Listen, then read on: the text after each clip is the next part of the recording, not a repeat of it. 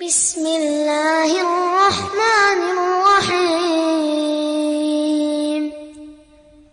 Kembali lagi di episode 4 yang akan membahas tentang awal Islamisasi Nusantara. Di episode sebelumnya kita sudah membahas tentang masuknya Islam di Nusantara ini pada abad ke-7 Masehi, yang artinya Islam sudah disebarkan di bumi Nusantara ini sejak awal abad Hijriah.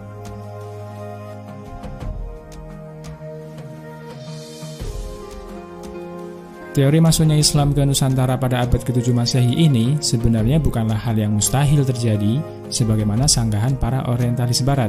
Sebab pada abad ke-7 Masehi sudah ada jalur pelayaran internasional yang sangat ramai melalui Selat Malaka yang menghubungkan dinasti Tang di Cina, Sriwijaya di Asia Tenggara, dan Bani Umayyah di Asia Barat. Indonesia itu memenuhi kebutuhan pasar dunia. Apapun, ya emasnya, ya rempah-rempahnya itu. Bangsa Indonesia itu bangsa yang sebenarnya sudah mempunyai kemampuan kemandirian, memenuhi kebutuhan dirinya dengan kelebihan-kelebihannya itu. Dan itu terjadi pada zaman Islam. Setelah masuk. Bahkan, jauh sebelum abad 7 Masehi, hubungan antara Nusantara dengan Timur Tengah telah terjadi sejak zaman sebelum Islam. Sebuah naskah Yunani yang ditulis tahun 70 Masehi sudah menyebutkan Sumatera dengan nama Chrysenesos atau Pulau Emas. Para pedagang dari kawasan Timur Tengah sudah mendatangi Nusantara untuk mencari emas, bahkan tumbuhan-tumbuhan yang hanya di Senesos atau Pulau Emas. Para pedagang dari kawasan Timur Tengah sudah mendatangi Nusantara untuk mencari emas, bahkan tumbuhan-tumbuhan yang hanya dijumpai di Sumatera, yaitu kemenyan dan kapur barus. Sebaliknya, para pedagang Nusantara pun ternyata sudah menjajakan komoditas mereka sampai ke Asia Barat dan Afrika Timur sejak abad permulaan Masehi. Hal ini didasarkan pada penelitian Dr. J. Innes Miller terhadap naskah Historia Naturalis karya Plinius di abad pertama Masehi. Nah, yang menarik di sini, Islamisasi Nusantara berawal dari kawasan Pulau Sumatera. Nama Sumatera sendiri berawal dari keberadaan kerajaan Samudra Pasai yang tercantum di dalam kitab Rihlah Ilal Masyriq karya Abu Abdullah Ibnu Batutah, seorang musafir Maroko yang singgah di Samudra Pasai pada tahun 1345 Masehi.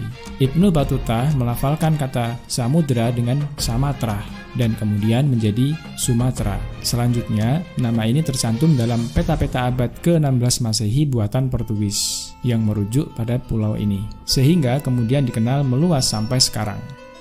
Berbicara masuknya Islam ke Pulau Sumatera, kontak paling awal antara penguasa di Sumatera dengan kekhalifahan Islam di Timur Tengah bermula sejak Khalifah Bani Umayyah yang kala itu dipimpin oleh Khalifah Muawiyah. Kehadiran Muslim Arab ke Kepulauan Nusantara pada masa-masa awal pertama kali disebutkan oleh Ising, pengembara terkenal dari Cina. Mereka, para pedagang Arab yang berada di Kepulauan Nusantara, merupakan para pedagang yang kaya dan memiliki kekuatan ekonomi. Pada masa pemerintahan Bani Umayyah, wilayah di Nusantara masih berada dalam kekuasaan kerajaan Hindu-Buddha. Kerajaan Buddha Sriwijaya tercatat telah memberikan pengakuan terhadap kebesaran Khalifah Umayyah. Pengakuan ini dibuktikan dengan dikirimnya 2 buah pucuk surat kepada Khalifah zaman Bani Umayyah. Pertama, dikirim kepada Khalifah Muawiyah, dan kedua dikirim kepada Khalifah Umar bin Abdul Aziz. Dalam suratnya, Raja Sriwijaya meminta kepada Khalifah agar dikirim seorang utusan untuk mengajarkan Islam pada raja di negeri Sriwijaya.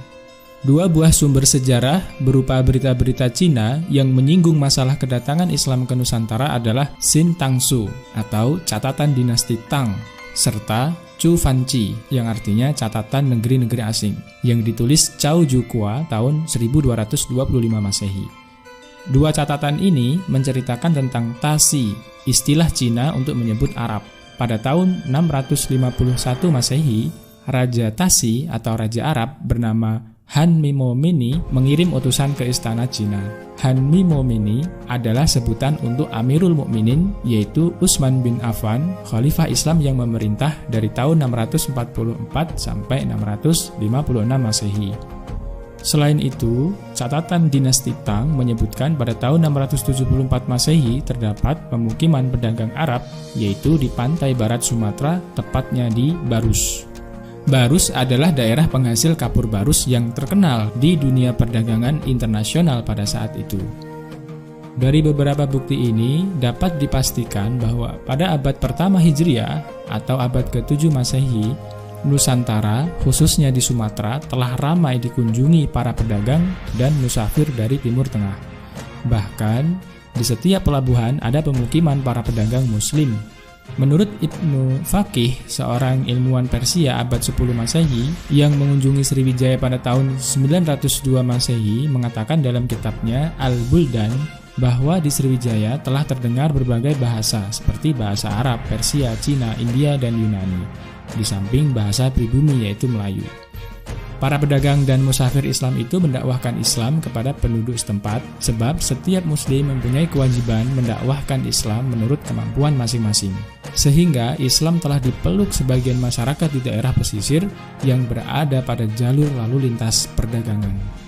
Pendapat senada juga ditulis oleh Profesor Dr. Thomas Walker Arnold dalam bukunya The Preaching of Islam. Dia menyebutkan tidak mungkin untuk mengetahui tanggal yang tepat masuknya agama Islam ke Kepulauan Melayu.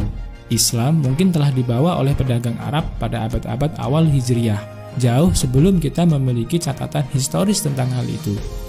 Anggapan ini lebih masuk akal, karena sebagaimana kita ketahui bahwa orang-orang Arab sejak awal sudah melakukan perdagangan ke kawasan timur.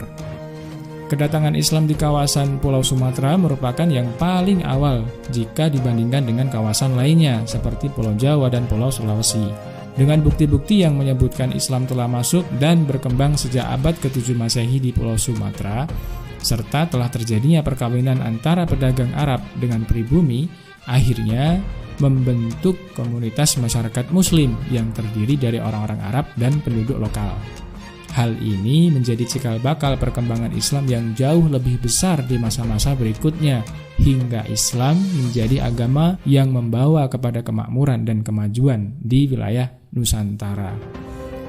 Hingga pada abad ke-13 sampai dengan 14 Masehi, barulah para pengembara hebat seperti Marco Polo, Ibnu Battuta telah menjumpai kerajaan-kerajaan Islam di Nusantara dengan segala kebesaran dan kemakmurannya, yang kemudian catatannya menjadi bukti bagi pencari jejak petunjuk.